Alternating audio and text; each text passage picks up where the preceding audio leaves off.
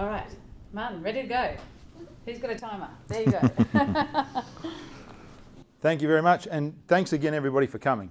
And I'd like to throw it open a little bit along if you've got any questions, because they're your questions, not just my answers, you know. So, no-kill mixed species cash crops. Right, so the no-kill bit, I've borrowed off Bruce Maynard out of New South Wales. And the whole idea is there that there's no harm, and we're working with the system. And the big secret to no-kill is your planting time. So we have to be in at the start of the season, and we start with the season, not after the season. So that works along a little bit with resets. If we look, this is pretty loose, right? Not hard and fast. So, but, and specifically I'm talking about what we're doing in New South Wales. So your job is to glean out the principles about what we're doing. And then that's how you apply that to your situation, is the principles. You've got to pick the principles out of it. So one of the principles is this time of planting, and it's got to do with the resets. So our winter weeds grow and then they finish, and they don't grow into the summer, mostly. Nearly, like generally, like, and we're talking the low successional plants as our weeds, not just plants out of place weeds, right? The winter weeds don't grow in the summer.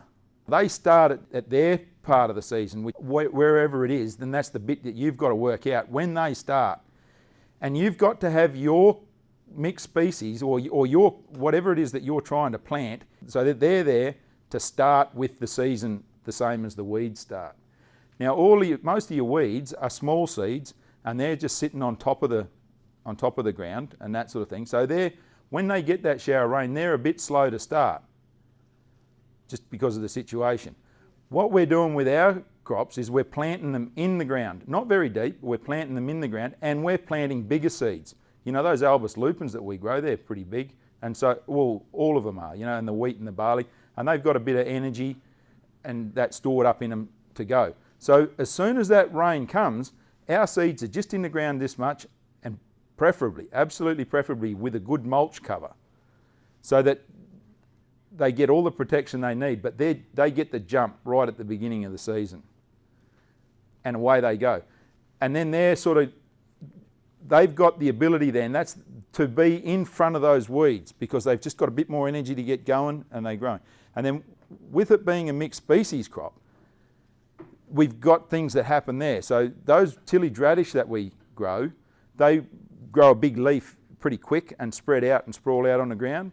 And then if you watch how oats grow, they are a bit of a sprawler too, and they sprawl out, and so those two plants there start really giving you some ground cover to add to the ground cover that you've already got pretty quick. And then that's given, there's less sunlight and less space then for your weeds that are coming along after. Because, you know, like you grow a wheat crop, and those old wheat plants, they just grow straight up. It's months and months and months before they've got full ground cover and they're shading anything out. Whereas in light country up north where you were, yeah, you can be battling with light going through to the ground all the time, you know, germinating your weeds. For sure, yep. Have you, in your work, had any trials done of a control and then a group where the seeds were seed-coated, treated with a biostimulant, to see whether that gave them any added advantage against the weed germination at the start of the season? Yeah, no, oh, righto. Now there's another little thing that we got to, there's two lots of, I believe there's two lots of sciences, right? There's reductionist science, and that's where you end up going down the rabbit holes all the time, right? And you know, those boys in the universities, they do that stuff fantastically. You know, every single one of them has put a career into it, just running down a damn rabbit hole. Then there's holistic science, right? And that's the science that we're involved in, right? The big picture, the holistic science, putting it all together. So you've got to be careful about comparing those two sciences, right? The fertiliser companies doing their, single, product replicated trials and all that. It's all fantastic stuff for them.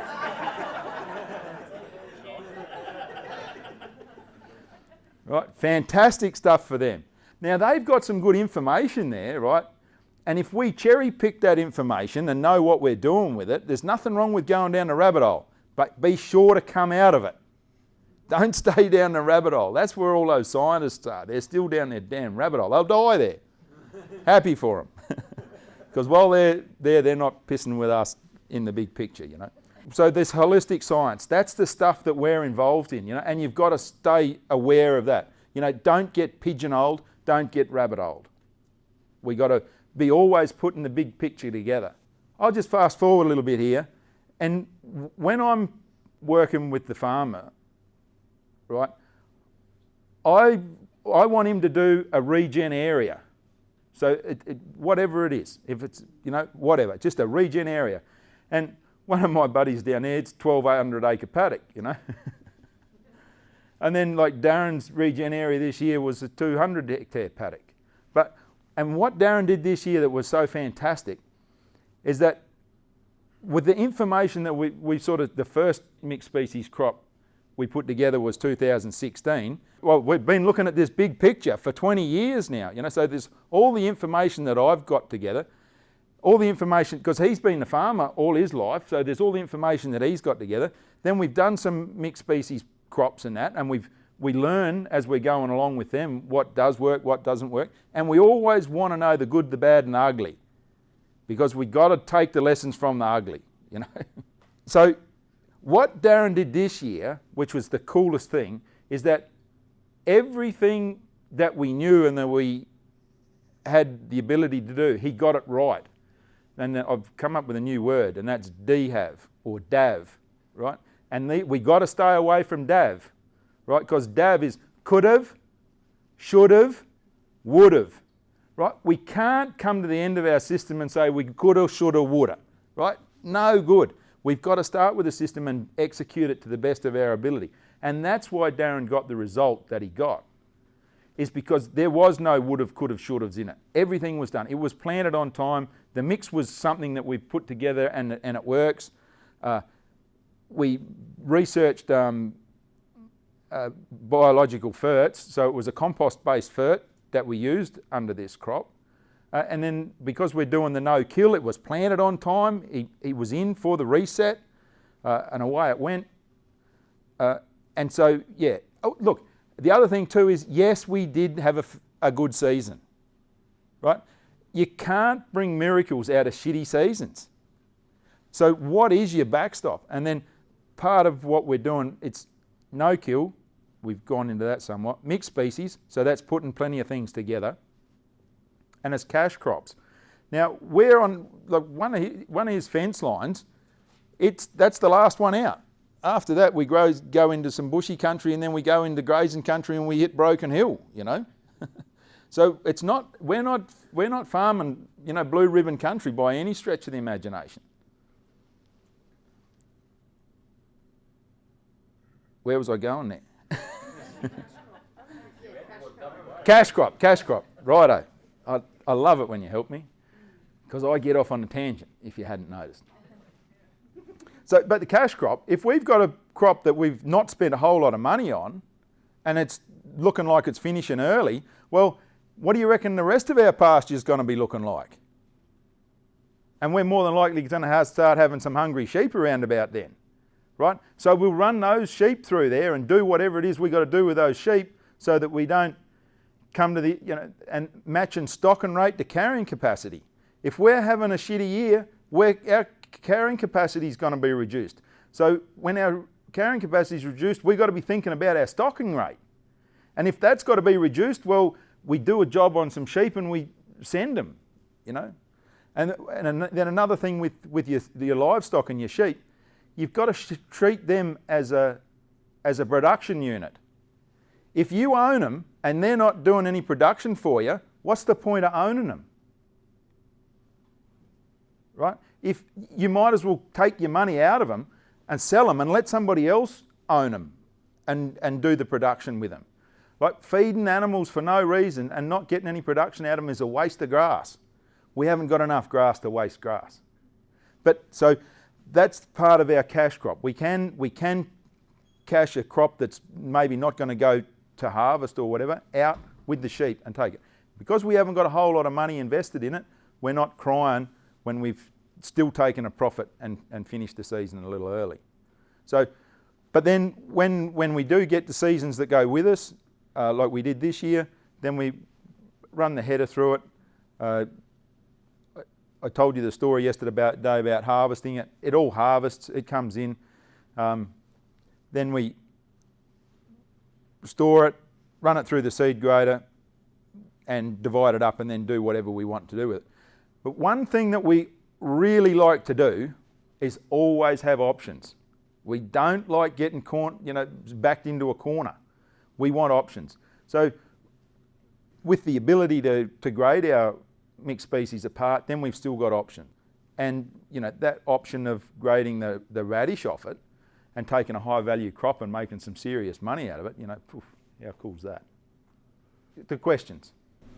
Thanks, Martin. It was very enlightening. I've got about 6 or 8 questions here that you've answered none of. Good. When you say plant early, I gather that you're dry seeding before your winter weeds come up? A lot of the time it is. This last year, it actually wasn't. But we we still had some moisture in the ground, and I think we probably got a germination pretty well straight away.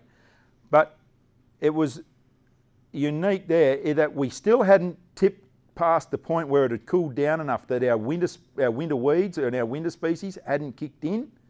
And so this was an exception. We did plant onto moisture and we were away pretty quick, but we were still pre-time.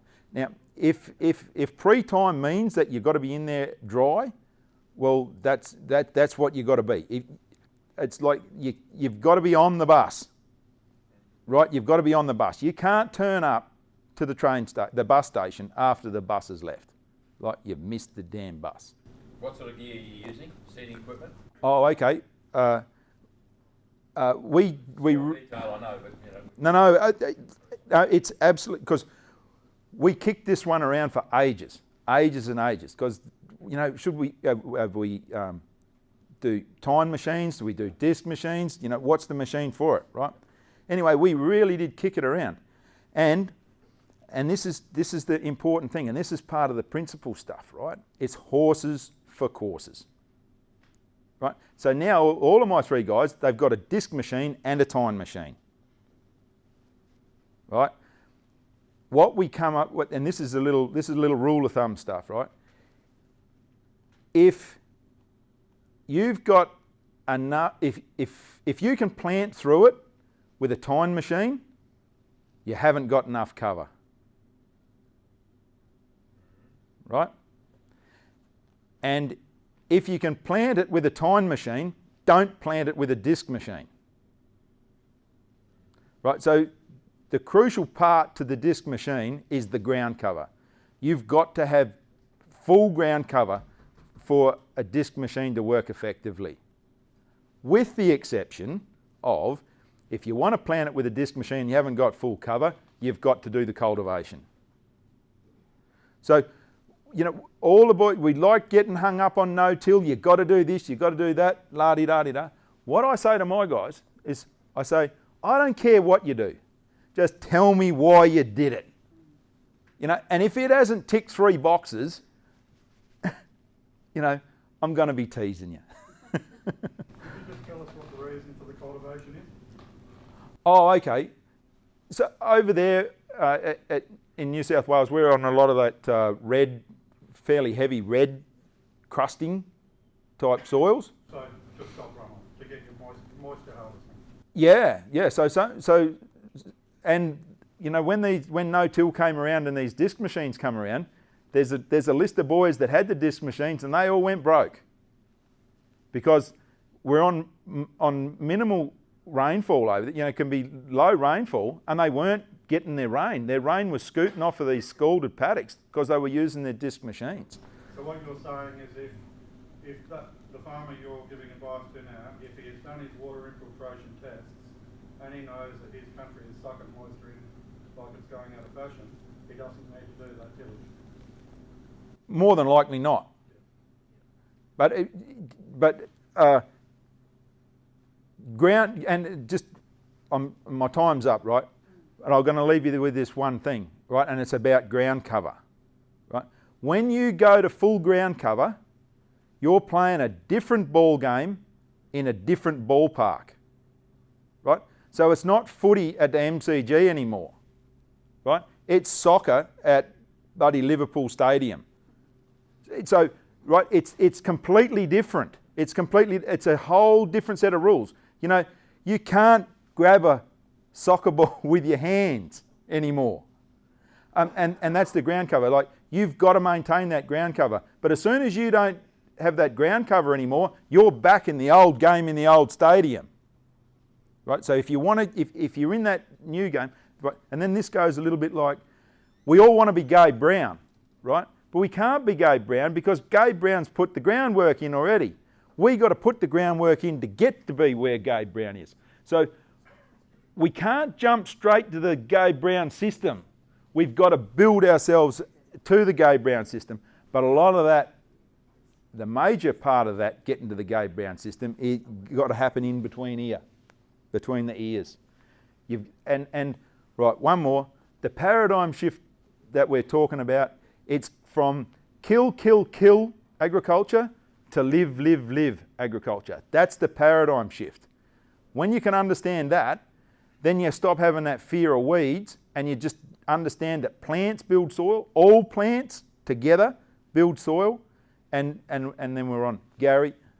Have you had any experience with trying to make the Aussie version of the roller crimping?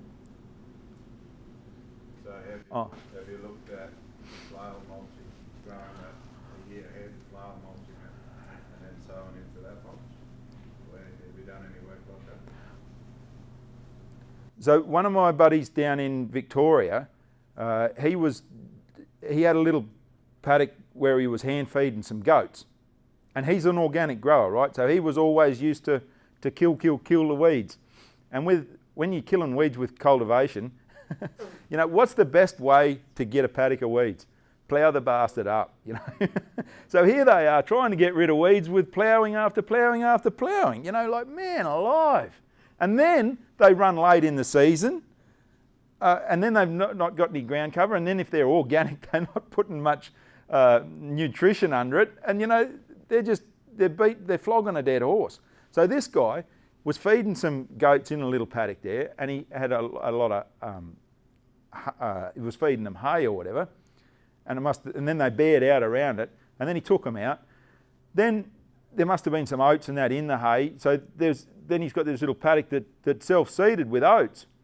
There was oats came up where it was bare and minimal mulch and that sort of thing. But here where he had that full big mulch and had got nutrient cycling happening and water, you know, at full mulch, so it wasn't evaporating, the oats come up fantastically high. You know, so he had oats this high where he had the mulch and oats this high where he didn't have the mulch.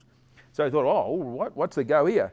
So next year he grew had a friendly season and grew himself a pretty big oat crop. So he harvested the oats, and then as soon as he harvested the oats, he ran over it with a flail mulcher and just laid all those oats down on the ground and then left it. Didn't graze it or anything for that whole summer, and then started direct drilling his crop into that the next year. And so then he's on time. He's not fighting the weeds, right? Then he's different ball game in a different ballpark. And it was all about ground cover. Does that answer your question enough? Right. Thank you. Thank you very much, everybody. To be continued. We tease Martin because, you know, we're all having fun, but like the thing is, there's not meant to be a black and white answer because it's principles in context. Oh, we didn't get to that. Well, yeah, we didn't even go there, did we, Martin? But you're displaying that. He's talking in systems and he's giving you stories.